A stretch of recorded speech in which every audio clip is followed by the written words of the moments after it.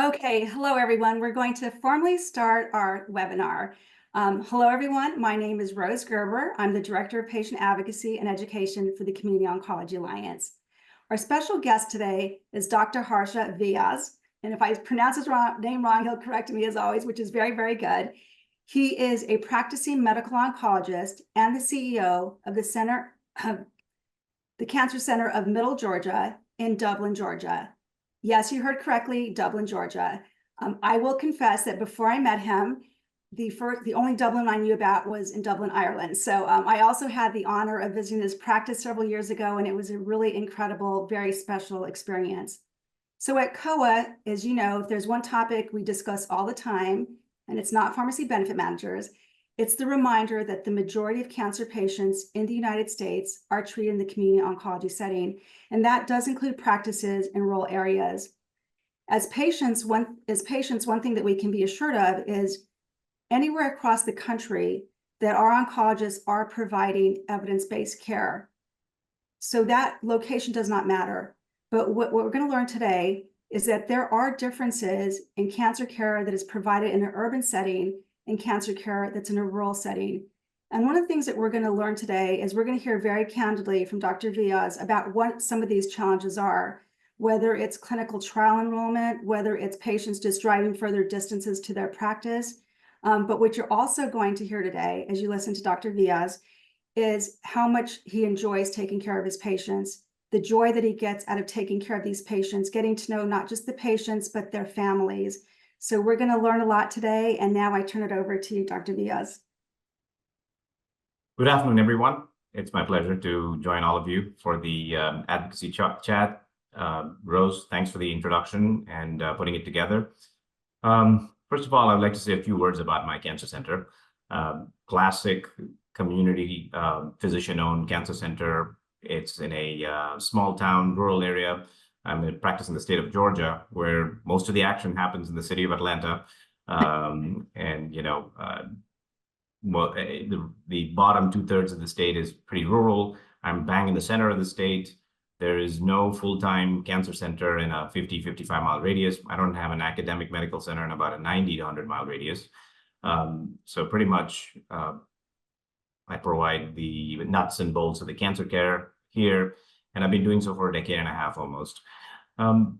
It is a unique experience, and the cancer center in any town becomes kind of a fulcrum or a focal point for obviously a very serious illness. So I came right out of fellowship. I'd just done a year at a hospital and came here, and the weight of the cancer care and providing that in a rural community just hit me one day. I opened my own cancer center in a year after that, and I can tell you there's been no looking back. First, I would like to, say some of the things about how it is to kind of do it in a rural community and kind of what's the difference between an average rural patient and an urban patient. And there are significant differences. I trained at Wake Forest University in Winston-Salem.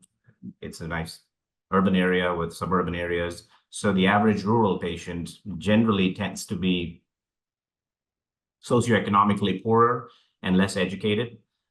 They generally have more comorbid conditions. They tend to shy away from clinical trials. They also, prefer, like any other patient, to receive care close to home, but they drive longer distances. And I did not realize how far people drive. I didn't realize I was serving a 8-9 county radius, and the average person outside the city of Dublin was driving 35-40 miles.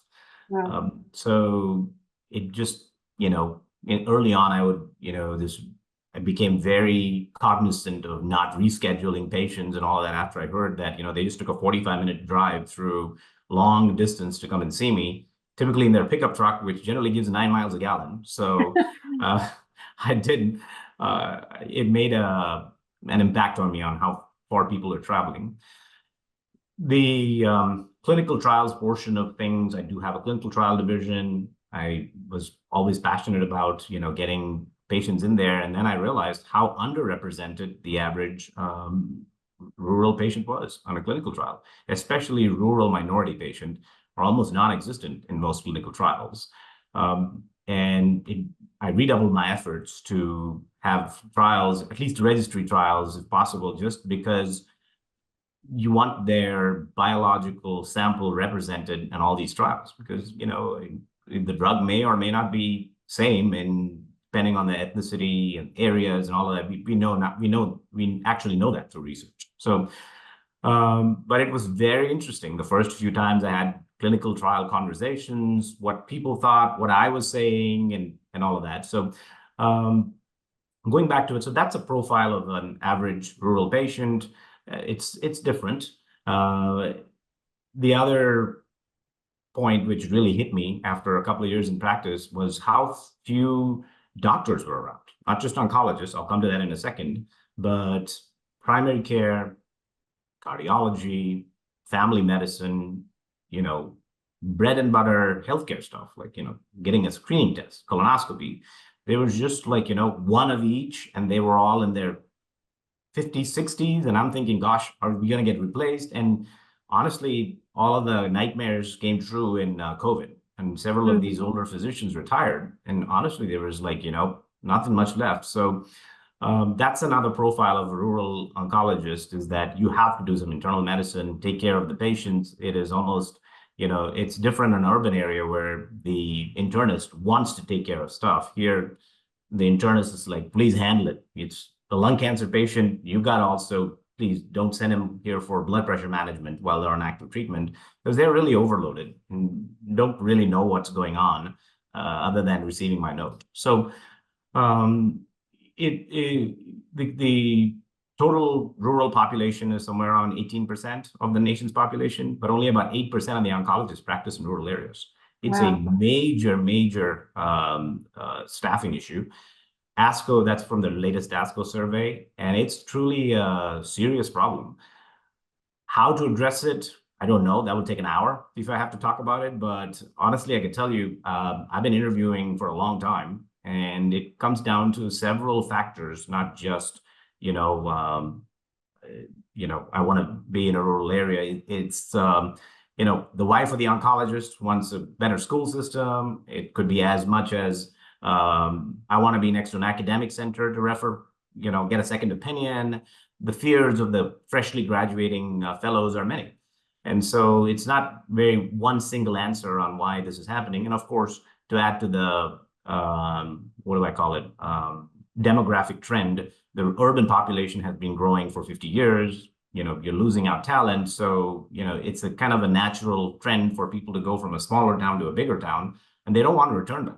Because, they remember the struggles of they going to a school system locally, and they don't want their kids to have that. So I've had conversations with people who are oncologists who are from this area, and it's not just that simple for them to return back. So the staffing shortage is serious. Another aspect of a rural cancer center is that it is very difficult to find non-physician staffing too. You just don't have all the chemo nurses I have on staff. One of them has been with me for 12 years, some of them over 7-8 years. They're all trained by me. There is no off-the-shelf chemo nurse from a local healthcare system I could just go snag and put them in my cancer center. So it comes with its own challenges. What would you just come out and say, do this, this, and this? It's not going to work. You've got to train them. Thank God my chemo nurses have stuck around, and they're probably the strongest part of my cancer center. So I don't have to worry about, while I'm giving the talk, what's going on back there. But that's years and years of training. And as a result, that's another big difference. The staffing got worse in COVID. There was a lot of folks who chose to do travel nursing because there was a lot of financial incentives to do it. So, to find an LPN or, RN got harder. And besides, nobody's like, their first choice is not like, let me go and become an oncology nurse. That's something either they stumbled into, liked it, and came into it. So it was very hard to attract. To this day, it's the same story. My clinical research division, same problem. I get someone, train them, and then, that's their ticket to leave town, go to a bigger city, join a CRO. So this is constant turnover. So the non-physician staffing, it's tough. From the provider standpoint, the boon has been mid-levels or nurse practitioners and physician's assistants. Same story. You don't find people who are trained in the field. Like I had some mid-levels who were, when I was a fellow, I would go and ask to do bone marrows and learn from them. You don't find those kind of mid-levels just because there's no real training program in and around. So basically, they get on the job and learn, and you got to train them. It's worked out well. Being able to extend myself using the mid-levels, and usually they're from the community. Everybody knows everybody here, so it's not that they see themselves as neighbors taking care of a neighbor. So thank God for mid-levels to help out with the load. But of course, the load keeps getting worse as the population ages and there's more therapies, the survivors are increasing. So I don't know where this real solution is, but it's getting busy, and so far so good. Hopefully there is a kind of a fix to increase the number of fellows and more incentives to come to rural areas. That is much needed. I have several solutions I can rattle off the top of my head, but whether Congress will get to it with especially in an election year, forget it. But even otherwise, it's really not on the top 5 or 6 of their, or 10 or 15 of in their agenda. So those are a few things about, how different it is at a rural area. Dr. Vyas, can we take a step back? You've done a really good job of describing the rural patient, and we actually have a question in the chat, like what describes a rural patient. But I want to, even before you address that, is we all probably have an idea of what a rural community is, and I'm going to think that most of us think it's tractors and farms, driving down the rural road. But truly, what is the actual definition of a rural practice? Is it distance from a big city? What is the definition? And is a patient, just because they're being treated in a rural setting, they're a rural patient, and all the attributes, like you said, they might be lower income, they might have more comorbidities. Really just explain that foundation for us. So that's the biggest misconception, that a rural patient means that, like you said, it's a big farm and, there are like cows and horses around and there's nothing around, Dublin, Georgia has a Walmart, Home Depot, I got restaurants. It's like any other small town or suburb. It's the distance from a metro area. Okay. And the county population to, there is a tiny little quote unquote urban area. What it is, the city of Dublin is, it's not sparsely populated, but there is a, government definition which meets the criteria for, a county population less than 50,000 and things like that, put it as a sparsely populated rural area, and how far you are from an urban center. So the closest, Atlanta is about, 110 miles. Savannah on this way is about another 100 miles. So you're Augusta is about 90 miles. So you don't have a major urban population center. What makes it unique is there's truly, the physician-run practice is the center for oncology care.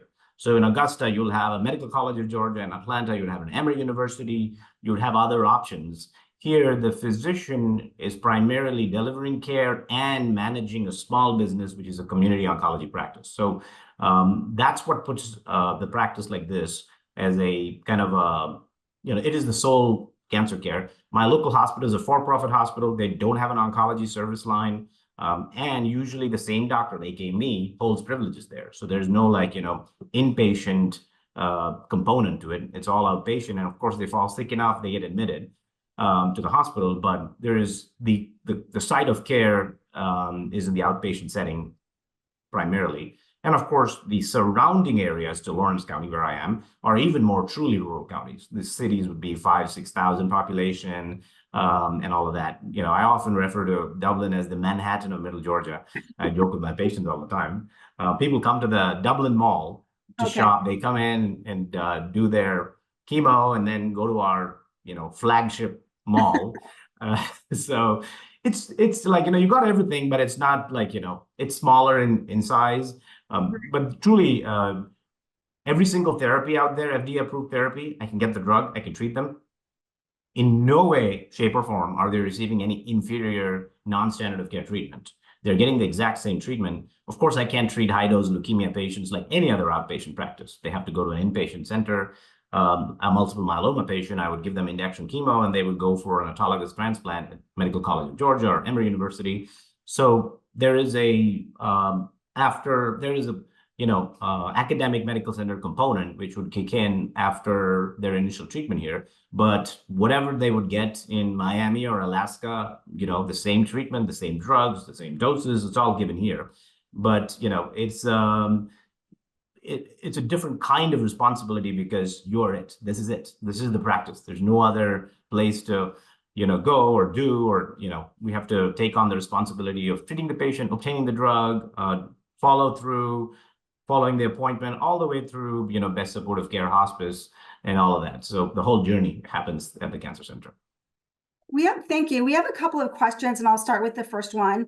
Why not take advantage of the evolving supervision requirement changes and use telemedicine to expand the resources that are available? I am using it. One of my doctors does come via telemedicine at this point in time to help me expand. He is, the biggest issue with telemedicine is that the diagnosis and the field of oncology is hard to do everything and anything with with telemedicine. There's a human component to it, so it's easier said than done. It's hard to break a terminal diagnosis if all the doctors are coming on the screen, right? So you need to have at least one doctor, or in that case, somebody comes in. So it has helped a lot. We're able to bill, obviously, what he's mentioned or she's mentioning is the parity in payment through telemedicine. We have significantly patients who can't travel. We use telemedicine. I'll tell you what, when I told my patients, you don't have to come on in, I'll do telemedicine, 1 out of 2 patients said, no, I'm coming in. They want to come to the cancer center. I don't know if it's the Dublin Mall, which they want to come in for, or me, but in the rural area, they like the feel of it. I mean, people bring persimmons, potatoes, eggs, all this stuff. And then, it's the South. We bake for everything. Happy or sad, we're baking. So they bring baked goods. So there's a sense of community which they lose.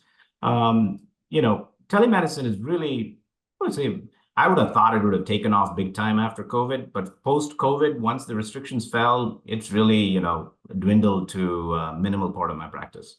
I think you also just described a perfect recruiting tool, is that it's such a community focus that people, even though they're going through such a difficult time, the patient and their families, they do want to come in and have that face-to-face time with you. So that is, really powerful that you're sharing that. We do have another question, and this is from one of our participants who's a pharmacist, also practicing in a small rural community in South Georgia. So completely understands some of the issues that you described about the clinical trials.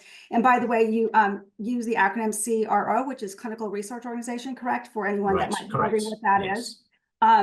And so this pharmacist now works as a medical science liaison and gets to look at clinical trials and baseline characteristics closely. She asks, what do you think how can we combat the aspect of lack of diversity in clinical trial enrollment? Or is there already a solution for those that live in rural communities? So I've said this to several folks who have tried to bring clinical trials to my practice.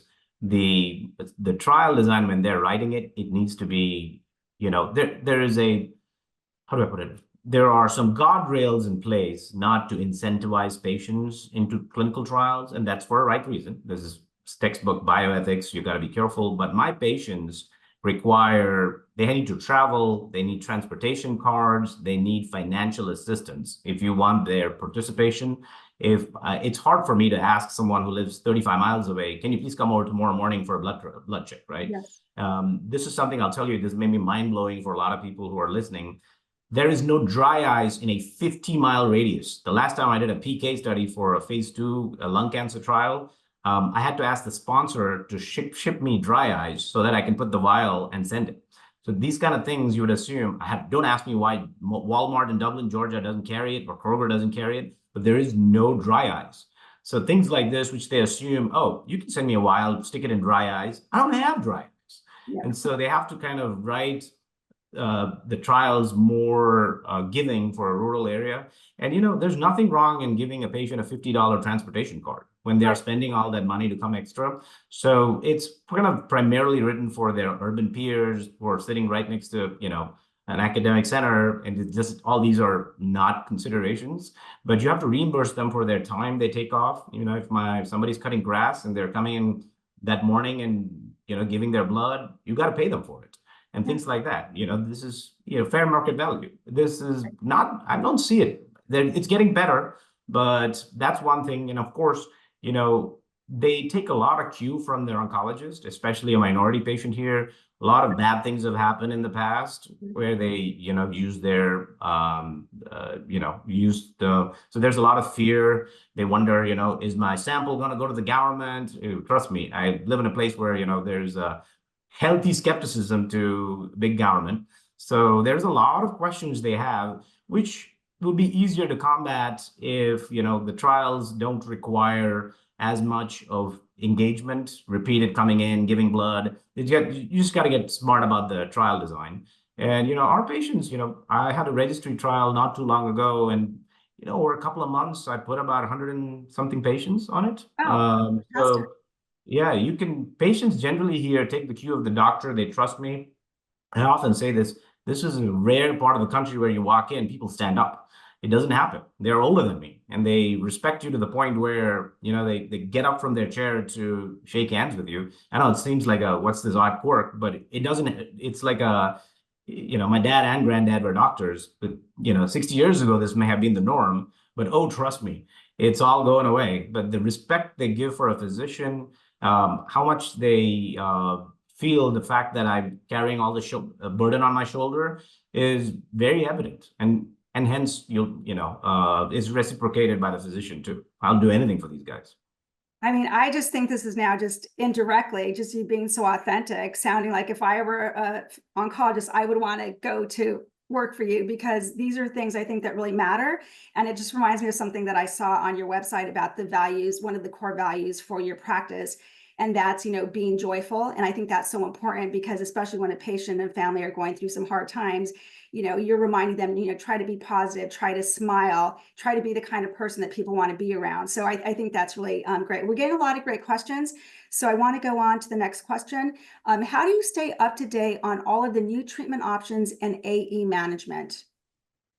So, everything has changed to what's called as POC, point of care knowledge. So, be it in an urban area or rural area, you can ask an oncologist. They'll tell you that, you're looking up most of the stuff just before you go in to see the patient.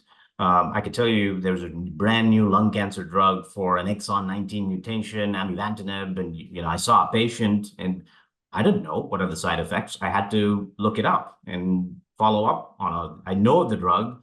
I heard it's available.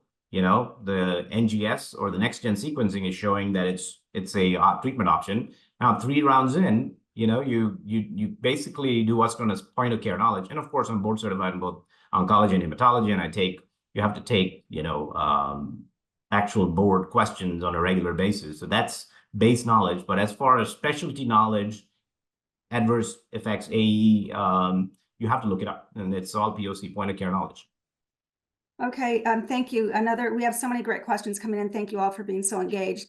How have you and other rural practitioners navigated the difficulty of finding palliative care specialists in rural communities, especially for people with diseases like pancreatic cancer, which we all know when you hear pancreatic cancer, it's pretty scary. Yeah, it's a major shortage. Even in urban areas, pal care folks are very rare. I actually interviewed a pal care doc. I was hoping to snag one because I thought that would be a perfect fit, even if I didn't get an oncologist, if a pal care person practiced with me. At this point in time, I am the palliative care physician. As far as palliating, all of the symptoms, pancreatic cancer is one, glioblastoma, the brain tumor, a lot of quality of life issues with it. You just have to keep up with the palliative care medicine. I would love to have anybody. This is an open end, anybody wants to practice, lovely location, palliative care, this is it. It's a field in itself. It's evolved significantly. I keep up with the literature and try to do what I can. The biggest issue is time. I would love to spend another half an hour on various issues and, the mental health aspect associated with the terminal diagnosis. But, you can do only that much when you have that many patients. Thank you. So another great question, what role do patient navigators play in your practice? And I also think this is a good opportunity for you to expand a little bit about some of the services that you offer on site. Sure. I think that's very valuable because you made the comment that sometimes there's a myth of subpar care and nothing could be further from the truth. So if you can answer that question and expand a little. So, we have a dispensing pharmacy. All the oral oncolytics are dispensed by us. Of course, we have a full-fledged chemo suite back there for, the IV drugs. We have, the financial toxicity is a big deal. So I've got on-site financial counselors. I actually started my own 501 called Cancer Foundation of Middle Georgia because I got tired of waiting for additional help from American Cancer Society. So we do fundraisers and try to help out. The community is amazing. They regularly, I give you this one example on I had a church not too far away from here called Scotland, Georgia. They had this big bowl and people put all money, actual dollars in it. And my patient just came and gave it to me. So that's our, not-for-profit fundraiser. People knit wigs and, there are all these, we do have, the prosthetics, a prosthetic shop in town for lymphedema sleeve and all of that. We do have hospice agencies, which we regularly engage at the right time. Unfortunately, don't have too much palliative care agencies who could, provide care during, the terminally ill situation. We are on a quality track. So basically what it is we try to keep patients off the hospital. So we have after hours, on call, and we have a pretty close relationship with the only ER in town. So that's the place we don't want our patients ending up. And my practice has one of the lowest ER visits. We were a part of the OCM program. In shared savings, many times we hit it just because of, our patients really follow instructions. We do have weekend hours for patients who really are dehydrated, need fluid. So our center stays, on a need basis, gets opened on a Saturday and Sunday. My chemo nurses do an amazing job with it. What else we've got? Yeah, and there, of course, the tying it all together. I did have a robust advocacy chapter, that, and the COVID took care of a lot of these things. And just when I thought this summer, COVID's a old story, and I'll get everybody together, we did once, and then oh my God, we had the worst COVID surge from 2021. My advocacy chapter folks, are very loyal. They used to come, we used to talk about a lot of these, issues. We don't have mental health professionals here. It's like a wasteland for mental health professionals in rural Georgia. So the advocacy chapter provides the sense of community and mental health support they get being with, their fellow patients who are going through cancer. So, lots of, pretty similar to what you would see in a big city cancer center. It's just done in a very, informal, community-based manner. Wonderful. We have such great questions today. Here's another one. I was wondering if access to blood tests is ever a blocker to providing quality care in your experience. Also, this is a multi-part question. Do you have a lab on site, or do patients have to go elsewhere to get their blood counts or other blood diagnostic tests? So we do have a lab on site. I have my own CBC machine, but we also have Quest on site. Quest is a large nationally known diagnostic company. So basically we get our, any test you want. Quest menu has it. It's like any other large cancer center. So we have an interface with Quest. So they draw the blood today, and by tomorrow you'll have the results, just like any other place. So we have Quest employees on site who draw blood, so they don't have to go anywhere else for blood. Yes. This has been so interesting. This is usually what speakers don't like, so I'm sorry for doing this to you. What would you, because I know sometimes it's happened to me, I'm like, oh no, I hope I can answer. So you've taught us a lot about rural cancer care, and a lot that's come through is that it's definitely state of the art. There's no subpar care, but there's also the challenges. So what can we, as individuals who just listen to your talk, how can we talk about rural cancer care? If you had to say, these are 2 or 3 bullet points that I want you to remember, what could we say so that we're representing rural cancer centers correctly? Well, first of all, it's something everyone needs to talk about because it will die out. If we just don't make enough noise and say that this kind of cancer care exists close to home, it's simply going to go away. Because The last time I checked on an ASCO survey, 25% of the oncologists were near the age of 64 ish. This is nationally. So you know what's going to happen as they all retire out. We are going to need new workforce to go to the rural areas. So if you don't talk about what I told you, that it's actually economically and socially and culturally, it's all possible to run a cancer center in a small town. It's just simply going to die away. And people in my town will have to drive an average of 55, 60 miles to 100 miles for a community center. So yes, we need to talk about it. What you would like to, you want to say is this is the best form of decentralized, low cost, high quality cancer care. This is the very definition of rural cancer care. I cost a fraction of a cancer care compared to the MD Andersons and the Memorial Sloan Ketterings of the world. It's, for the payer, basically. I'm talking for Medicare or for Blue Cross Blue Shields of the world. It costs peanuts to support cancer care, and yet there is no parity of pay. They pay the hospitals 3 times, 4 times more, and then there are the famous 340B hospitals, which are quote unquote not-for-profit hospitals, which are supposed to provide indigent care, which don't happen. So talking about this major distortion in payment and lobbying for cancer cares to be paid at the same way as the hospitals are very, very, very important. And of course, I guess the third big point I would make is that clinical trials, we need enrollment from minority and rural patients.